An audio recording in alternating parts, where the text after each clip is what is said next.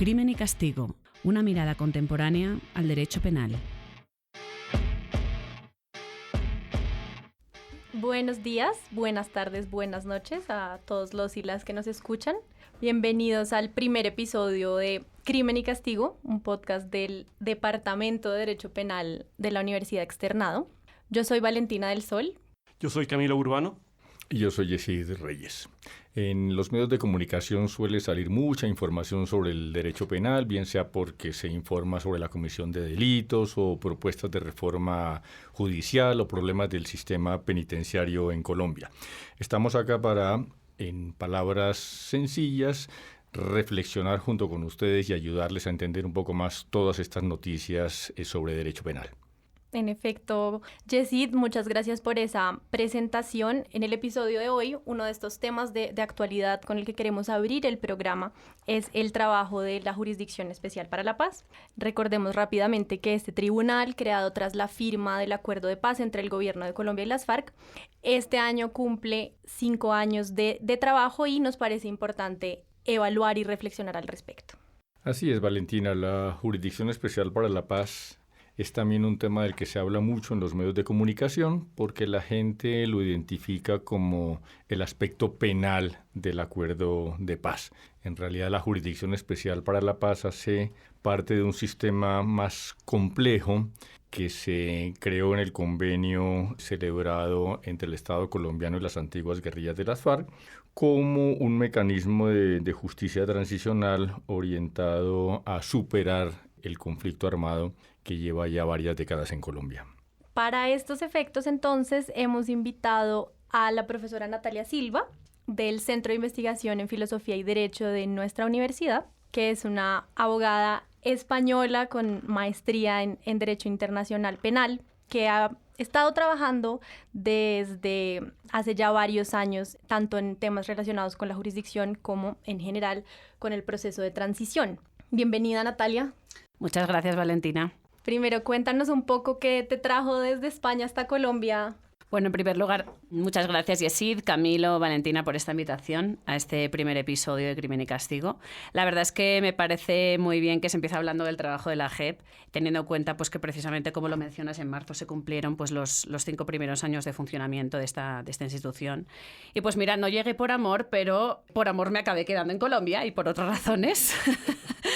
Pero bueno, la verdad es que mi interés por todo el proceso de transición que se estaba viviendo en Colombia con las negociaciones entre las FARC-EP, el Estado y que dieron lugar en 2016 al Acuerdo de Paz fueron claves pues, para el estudio y el trabajo que había venido desarrollando antes de llegar, ¿no? Colombia es pues, el laboratorio perfecto para estudiar, entre otras cuestiones, pues como, por ejemplo, el derecho internacional penal se aplica directamente por jueces y magistrados, ¿no? En concreto, pues en una institución como la JEP, ¿no? De ahí mi enorme interés por entrar pues, a estudiar a fondo el caso colombiano. Qué interesante, Natalia. Y para escuchar también la opinión de Camilo, ¿por qué será que la Jurisdicción Especial para la Paz, que tiene este amplio margen de acción, como nos cuenta Natalia, podría ser de interés para los penalistas, para aquellos que también debaten sobre el delito, la sanción? Desde luego, Valentina, yo creo que la Jurisdicción Especial para la Paz es un escenario muy diferente a la jurisdicción ordinaria. Tenemos unos principios básicos que son totalmente diversos y que nos obligan a repensar el derecho penal, a repensar las penas, a repensar cómo vamos a abordar la criminalidad, sobre todo la criminalidad que viene desde un punto de vista muy especial que es el colombiano, un conflicto armado mucho más fuerte que lleva 40, 50 años, hay generaciones que no han visto paz, y esto también nos lleva a pensar si el derecho penal tradicional, si las estructuras dogmáticas, procesales, si como entendemos el principio de legalidad, es la herramienta que necesitamos para un tránsito efectivo hacia la paz. Tenemos que pensar de nuevo, tenemos que volver a mirar esas instituciones y desde luego tenemos que mirar cómo además podemos adaptarnos estas nuevas generaciones a la justicia especial. Sin duda, son múltiples retos los que tenemos que abordar para dar una adecuada utilización a estas herramientas de transición que se han planteado y que en definitiva tienen como propósito general contribuir a la reconciliación y a la construcción de paz en Colombia. Para empezar este diálogo más concreto, esta entrevista con nuestra invitada Natalia, ¿por qué no nos recuerdas o le recuerdas a las personas que nos escuchan rápidamente, Natalia, quiénes son los sujetos que podrían ser sancionados por la Jurisdicción Especial para la Paz y que en vez de que sus procesos se lleven ante la justicia ordinaria, hoy están ante este tribunal especial. Sí, claro, Valentina, mira, los destinatarios de este componente de justicia dentro del sistema integral, o sea, de la JEP, ¿no? Son básicamente los integrantes de las extintas FARC-EP, o sea, los combatientes y colaboradores de grupos armados, ¿no? Que, al margen de la ley, que suscribieron el acuerdo final de paz con el gobierno nacional. Luego tenemos a los terceros civiles que voluntariamente pues deciden someterse ante la JEP, junto con pues agentes estatales no integrantes de la fuerza pública que también pues voluntariamente decidan someterse a la JEP. Luego tenemos pues los miembros de la fuerza pública, ellos lógicamente que hayan pues todos los anteriores que hayan cometido delitos relacionados con el conflicto armado, lógicamente, personas también procesadas o condenadas por delito cometido en el marco de la protesta social, y por último me parece pues interesante mencionar una reciente decisión, ¿no?, de la sección de apelación del 21 de julio de 2022, donde se sostuvo que comandantes paramilitares como Jorge 40 podrían considerarse integrados funcional y materialmente a la fuerza pública. Y este es un tema también muy interesante porque según esta interpretación jurisprudencial, pues los paramilitares podrían entrar a ser de competencia personal de la jurisdicción, ¿no? Entonces, este sería pues una breve explicación de...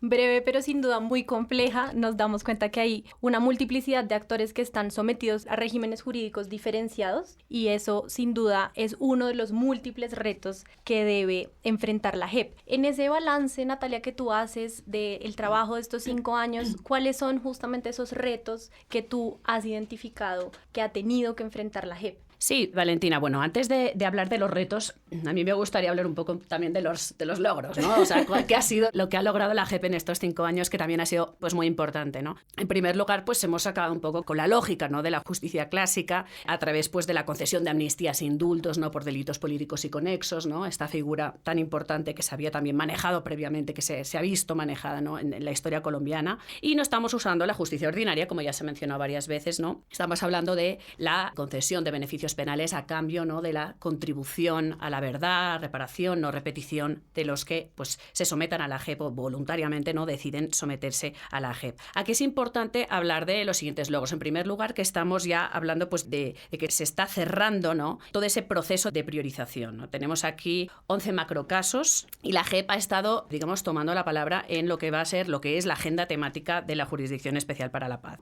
Se ha definido qué es lo que se va a investigar y qué es lo que no se va a investigar, ¿no? Y eso es muy importante, ¿no? Entonces, en términos de priorización y también de selección de máximos responsables y de los hechos, ¿no?, que se han venido determinando a partir de los autos de priorización y posteriormente pues de los autos de determinación de hechos y conductas, pues este ha sido pues un logro importante, ¿no? Y luego también pues... Perdón que sí. te interrumpa, Natalia. Eso que tú estás diciendo implica entonces que hay personas que se sometieron a la jurisdicción de estos actores pertenecientes a distintos grupos a los que tú nos comentabas. Estas son personas que finalmente, o algunas de esas personas no serán sancionadas, algunas Sí. de esas personas no entrarán o no serán consideradas en algunos de estos casos a los que haces referencia. Sí, y esta es una paradoja, ¿no? Pero pues ya se entiende superado, ¿no?, este punto en la Jurisdicción Especial para la Paz, y es que es imposible que la Jurisdicción Especial para la Paz pues investigue, procese y acabe pues sancionando la comisión, ¿no?, de todos los crímenes internacionales por todos los sujetos que cometieron crímenes internacionales en el conflicto armado, ¿no? Con lo cual, con base precisamente en estos principios, ¿no?, en principio de selección, que es uno de los más complejos, definitivamente, seleccionar quiénes son máximos responsables, partícipes no determinantes, cuáles no seleccionados se remiten a la Sala de Definición de Situaciones Jurídicas, ¿no?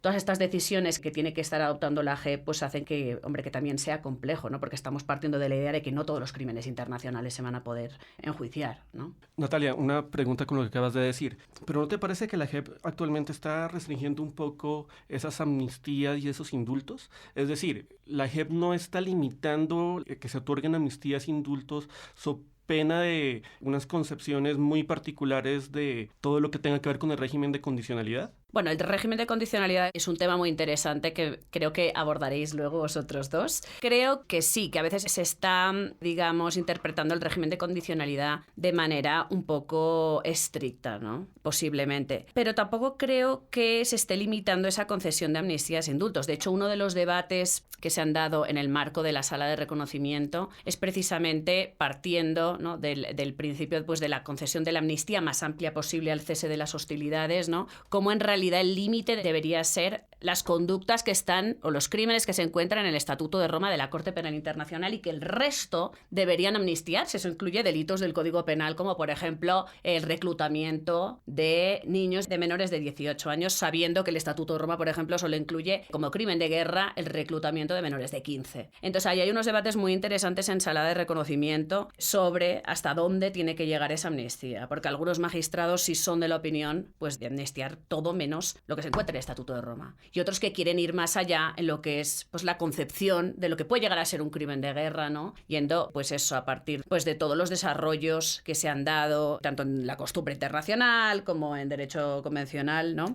Y de lo que se entiende, ¿no? Por crimen internacional, ¿no? Pero digamos que ha tenido bastantes logros y en este sentido nos encontramos pues, con esos 11 macrocasos, ¿no? Se ha avanzado mucho con respecto a esos 7 primeros macrocasos. Tenemos autos de determinación de hechos y conductas, ¿no? Que se han estado emitiendo. Tenemos pues, que están funcionando las salas y las secciones de la JEP y que la idea ahora es seguir avanzando pues, con los casos 08, 09, 10 y 11. El 11 es muy importante porque pues, trata todos los temas de violencia sexual, pero pues lógicamente nos encontramos con algunos retos, ¿no? Y algunos desafíos. Y entonces algunos de esos, como son todo el tema del régimen de condicionalidad, que lo abordarán luego Yesid y Camilo, es el tema de el propio marco de temporalidad que tiene la jurisdicción especial. O sea, tiene 15 años de trabajo y en estos 5 años pues tampoco es que se hayan emitido tantísimos autos de determinación, que son como el paso previo a las resoluciones de conclusiones para luego llegar al tribunal. Entonces tenemos un marco de temporalidad estricto, tenemos que, por ejemplo, las sanciones más complejas y sobre las que más discusión han despertado son las sanciones propias, ¿no? Porque ya se han propuesto algunas en las resoluciones de conclusiones, ¿no? Que pues básicamente se han complementado con toda la participación y observaciones de las víctimas, pero claro, algunas víctimas pues sí, no se entienden satisfechas, digamos,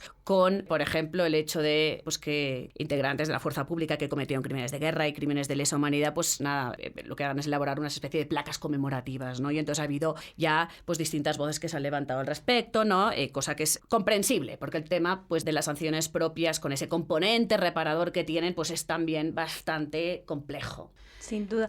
¿Y cuál crees, Natalia, que podría ser el reto que enfrenta la jurisdicción hacia afuera? Sin duda, aquí tú nos estás planteando que hay unas dificultades en encontrar un equilibrio, un balance entre las necesidades de todos los actores que están dentro de este sistema, entiéndase los comparecientes, pero también las víctimas. Pero hay una resistencia muy fuerte de afuera, de la sociedad civil en general, frente al trabajo que hace la jurisdicción. Y en ese sentido, ¿cuál crees tú que ha sido el reto más grande que ha enfrentado la jurisdicción en el marco político nacional, institucional, pero también frente a la sociedad civil? Yo creo que quizá es muy importante que la JEP logre transmitir todo aquello que está logrando su principal función, ¿no? O sea, yo creo que es un intento muy loable el que está haciendo Colombia con la Jurisdicción Especial para la Paz para llegar a hablar de una paz estable y duradera. Obviamente hay muchos retos, lógicamente, y ahora pues probablemente no alcancemos a discutir todos los que tenemos, ¿no? Sobre la mesa, pero pues por ejemplo siguen existiendo grupos armados en Colombia, ¿no? Como el ELN. Digamos que existen muchos conflictos armados en Colombia. Este es un intento serio y solo hay que ver cómo ha prosperado desde 2017, donde solo estaba la Secretaría Ejecutiva, a dónde hemos llegado ahora, ¿no? En 2023 con la Jurisdicción Especial para la Paz, ¿no? Pero creo que tiene que haber un intento pues, por transmitir muy bien qué es lo que está haciendo la Jurisdicción Especial para la Paz. O sea, está claro que todo empezó con una polarización fuerte en el marco pues, de la sociedad colombiana, pero yo creo que el hecho de que se estén viendo los frutos, que se estén viendo los avances, ¿no? Que se esté haciendo por tratar de transmitir y hacer entender pues, a la sociedad qué es lo que está haciendo la JEP, tratar de transmitir pues eso, cuál es el núcleo de todas las decisiones que está tomando la JEP, ver cómo se está avanzando, cómo en breve la sección con reconocimiento acabará imponiendo sus primeras sanciones propias. Creo que todo esto es muy positivo, ¿no? Y que puede hacer que la gente realmente vea, bueno, ya que hay un tema muy importante y es que la mayoría de comparecientes, el 90% están aceptando responsabilidades a partir de los autos de determinación de hechos y conductas en estas audiencias públicas, ¿no? De reconocimiento. Entonces creo que esto también es un logro que tiene que ver la sociedad colombiana, ¿no? Y que Colombia es realmente pues, un ejemplo, un modelo, ¿no? Y un caso que se está siguiendo muy de cerca por la comunidad internacional, ¿no? Natalia, muchas gracias por darnos luces en este tema, presentarnos un panorama general de los claros y oscuros de la jurisdicción desde una mirada, por supuesto, supuesto, muy positiva y rescatando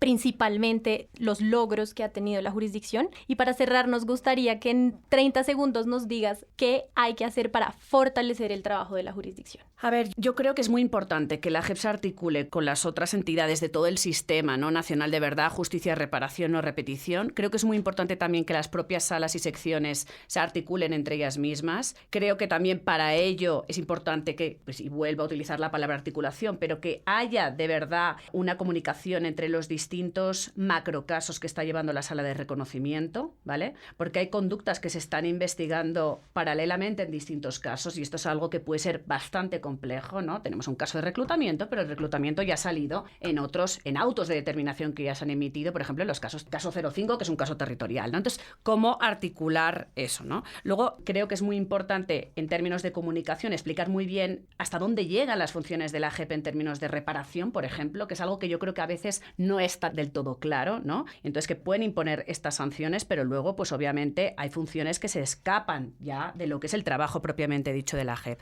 Y creo que también es muy importante, pues eso, tener en cuenta y seguir trabajando junto con la comunidad internacional, ya que es muy importante que se haya concluido el examen preliminar por parte del fiscal de la CPI, que haya habido pues ese acuerdo de cooperación, ¿no? Y que, como dijo recientemente el presidente de la JEP, se abra una oficina, o se vaya a abrir una oficina, ya veremos, de cooperación técnica entre la CPI y la JEP en Bogotá. Entonces creo que aquí hay temas interesantes y que pueden precisamente fortalecer todo el trabajo de... Pues muchas gracias, Natalia. Nos alegra que sigas aquí cultivando tu amor personal y también por la jurisdicción. Y más información más detallada y más profunda sobre los trabajos que tú has adelantado la encontrarán en la descripción de este video. Y nada, un lindo día para ti. Muchas gracias, Valentina.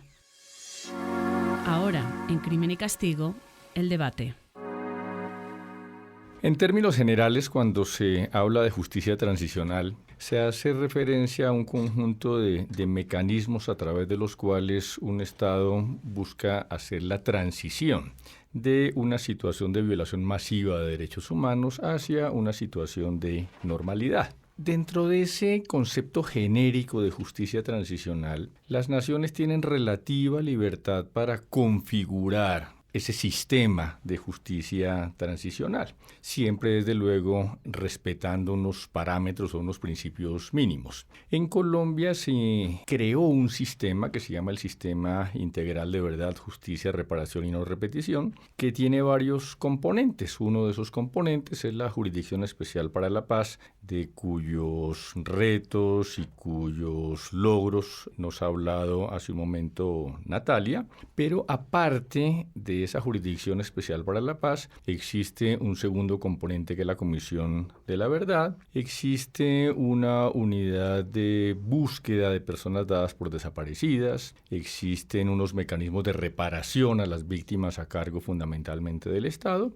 y existen los denominados compromisos de no repetición. Al hacer parte la JEP de ese sistema, pues existe el peligro, Camilo, de que surjan roces entre esas instituciones que eventualmente se solapen competencias de unas y otras. Se me ocurre, por ejemplo, en tema de determinación de la verdad o, por ejemplo, mencionaba hasta hace un momento los problemas que pueden surgir de la aplicación del régimen de condicionalidad por parte de la Jurisdicción Especial para la Paz. ¿Cómo ve esas posibles tensiones entre los componentes del sistema integral y cómo podrían eventualmente solucionarse? ¿Han ocurrido algunos hasta ahora? ¿Se han manejado correctamente? Bueno, es una gran pregunta, doctor Yesid. Natalia nos daba unas pistas muy importantes en el bloque anterior respecto de cómo deben trabajar las instituciones, no solo las instituciones por fuera del sistema, sino dentro del sistema. La percepción que se tiene, y particularmente la mía y un grupo de personas que hemos hecho seguimiento a la JEP,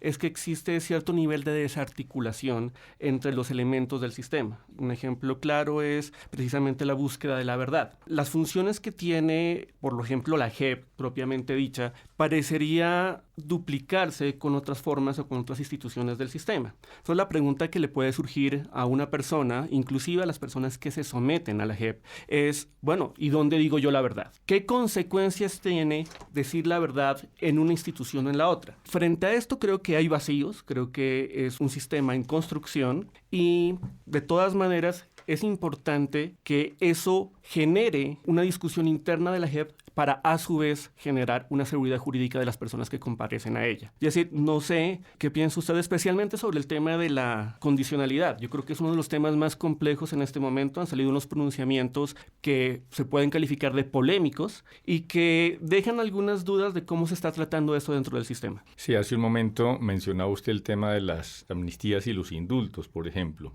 Ahí la Jurisdicción Especial para la Paz se ha puesto muy estricta para conceder las amnistías y los indultos, en especial porque quiere que las personas que van a recibir esos beneficios aporten verdad plena antes de recibir los beneficios, y entonces genera justamente esa tensión que usted acaba de mencionar. En teoría, la figura de las amnistías y los indultos se diseñó en el Acuerdo de Paz de La Habana para hacer lo que se implementara de manera más rápida, referida siempre a unos delitos de gravedad reducida. Debería haberse terminado hace mucho tiempo ese proceso de amnistías e indultos, pero en la medida en que la JEP condiciona la concesión de esos beneficios al aporte de la verdad, como decías tú hace un rato, pues está solapando ese compromiso de la verdad, no solamente con el trabajo de la Sala de Verdad y Reconocimiento, sino también con el trabajo de la Comisión de la Verdad. Y eso, por supuesto, afecta el régimen de condicionalidad, porque la JEP está poniendo como condición para conceder amnistías e indultos un aporte completo de verdad que en principio no le corresponde a esa sala. Una pregunta. Yo creo que hay un reduccionismo en cuanto al concepto de lo que es ese régimen de condicionalidad. Por los pronunciamientos que ha dado la JEP parecería entenderse que condicionalidad implica verdad completa o fuera de la JEP. ¿Esto realmente es así o tiene que matizarse de acuerdo a los actores que están incluidos en la JEP? Sí, es más complejo de lo que parece, justamente por lo que mencionaba Natalia al comienzo de su entrevista cuando hacía referencia a los distintos sujetos a los cuales está dirigida la Jurisdicción Especial para la Paz. Entonces, a veces uno ve en la prensa reclamos de las víctimas y a veces de los mismos comunicadores diciendo una persona X no está aportando suficiente verdad, deben expulsarla de la Jurisdicción Especial para la Paz. Y resulta que la Jurisdicción Especial para la Paz obliga a que los antiguos guerrilleros de las FARC y los miembros de la fuerza pública respondan por los delitos cometidos durante y en relación con el conflicto armado dentro de la JEP. Es decir, la presencia de esos dos actores en la Jurisdicción Especial para la Paz no es negociable. No se los puede expulsar de la Jurisdicción Especial para la Paz, salvo, como dijo en alguna oportunidad ya la Corte Constitucional, salvo que los antiguos guerrilleros de las FARC se levanten nuevamente en armas contra el Estado, porque en ese caso acabarían con el supuesto sobre el cual se hizo el acuerdo de paz. Entonces, realmente los únicos que pueden ser expulsados de la Jurisdicción Especial para la Paz si no cumple con los compromisos son los terceros y los agentes del Estado no combatientes, porque respecto de ellos su comparecencia ante la JEP es meramente voluntaria. Pero si seguimos esa argumentación, uno tendría que llegar a decir que expulsar a una persona de la JEP, especialmente si es un guerrillero, un agente de Estado combatiente, terminaría siendo una violación al juez natural. Ese juez natural que se crea con el Sistema Integral de Verdad, Justicia, Reparación y No Repetición está edificado sobre una condición que es justamente la del cumplimiento del acuerdo de paz. Las personas que firmaron el acuerdo de paz por parte de la guerrilla se comprometen a cesar el levantamiento armado contra el Estado y esa es la condición para que puedan entrar a esa Jurisdicción Especial para la Paz. Lo que dice la Corte Constitucional es que si ese compromiso central, que es el que le da vida jurídica a la JEP, se incumple, la persona debe regresar a la jurisdicción ordinaria, lo cual, por supuesto, no quiere decir que el tema que usted plantea no surja. Ese es claramente un problema que hay sobre no solamente el concepto, sino la vigencia del juez natural. Pero juguemos un poco al abogado del diablo. Bajo ese principio, entonces, el fundamento principal para pertenecer al sistema es la dejación de armas. Y la Corte ha dicho, como usted lo menciona, Yo puedo expulsarlo del sistema si se levanten armas nuevamente, pero no es el único compromiso que existe en el sistema. De hecho, el sistema también nos habla de la verdad y la reparación, especialmente del compromiso de verdad. Uno no podría interpretar que ese régimen de condicionalidad de la verdad es uno de los compromisos y por lo tanto yo puedo expulsar a estos actores, por ejemplo, a exguerrilleros. Si se ampliara de esa manera el concepto de condicionalidad, entonces la Jurisdicción Especial para la Paz terminaría siendo voluntaria para los guerrilleros y para los agentes del Estado combatientes, porque cualquiera de ellos podría retirarse voluntariamente de la jurisdicción con solo faltar a uno de los compromisos, como por ejemplo el de aportar verdad. Entonces quedaría burlado ese primer requisito de que la Jurisdicción Especial para la Paz es obligatoria para esos dos actores. Lo otro, como yo lo entiendo en la decisión de la Corte Constitucional, sí lo comparto. Lo mínimo que se pide para ir a un sistema de justicia transicional es que las personas acaben con el conflicto armado, acaben con el enfrentamiento armado contra el Estado. Entonces, ese sí me parece, como precisó la Corte Constitucional, un elemento indispensable para que las personas se mantengan dentro de la JEP. En los demás casos, los incumplimientos llevan a que la Jurisdicción Especial para la Paz endurezca la respuesta punitiva contra esas personas. Entonces, el sistema de sanciones que se diseñó en la Jurisdicción Especial para la Paz balancea justamente la gravedad de las sanciones con la rapidez y lo completo que sea el aporte de verdad y la colaboración de las personas con la Jurisdicción Especial para la Paz. De tal manera que cuando una persona no cumple, por ejemplo, con su obligación de decir verdad, la Jurisdicción Especial para la Paz le puede aplicar sanciones muy graves que llegarían hasta 20 años de privación de la libertad en centros de reclusión ordinarios. Quiero terminar con un caso polémico y relativamente reciente, el del general Arias Cabrales, que fue expulsado de la JEP precisamente por, según palabras de esa misma jurisdicción, por no tener la disposición de cumplir a cabalidad las prerrogativas de las víctimas y su colaboración con el tema del régimen de verdad. Sin embargo, el general Arias Cabrales desde luego solicitó entrar a la JEP, pero él no aceptaba responsabilidades desde el principio. Su posición es: yo quiero que se me declare inocente. ¿Qué opinión le merece frente a este caso? Es que también, como decía Natalia en su entrevista, la JEP tiene sus complejidades en la forma de funcionar. El general Arias Cabrales ya fue en su momento juzgado y condenado por la justicia ordinaria, de tal manera que en principio no tiene que ir a la Jurisdicción Especial para la Paz porque su situación jurídica está resuelta. Sin embargo, lo que se prevé en este sistema es que las personas que ya fueron juzgadas y condenadas conforme a la jurisdicción ordinaria tienen dos posibilidades de acudir a esta justicia transicional. Una es acudir ante esa justicia transicional para controvertir la decisión judicial que resolvió su caso. Y la segunda, que es por la que opta el general Arias Cabrales, la primera que acabo de mencionar es por la que opta el general Arias Cabrales, y la segunda es la de solicitar ante la Jurisdicción Especial para la Paz que le cambie la pena de la justicia ordinaria por la sanción de la Jurisdicción Especial para la Paz. Obviamente, en el primer caso, cuando una persona acude a la Jurisdicción Especial para la Paz para pedir que le revisen la sentencia de la jurisdicción ordinaria porque no está de acuerdo con la condena que le impuso la jurisdicción ordinaria, la JEP no le puede pedir que comience por aceptar su responsabilidad y su condena, porque justamente la razón para acudir a la JEP es que no está de acuerdo con la condena ni acepta su responsabilidad. Entonces, en el caso del general Arias Cabrales, me parece que se equivocó la Jurisdicción Especial para la Paz al expulsarlo de la jurisdicción con el argumento de que se negó a reconocer una responsabilidad y una sentencia. Reitero, porque la razón por la que acudió el general a la justicia transicional fue la de que no está de acuerdo con que se lo haya considerado responsable por la desaparición forzada de algunas personas durante la operación de retoma del Palacio de Justicia en 1985.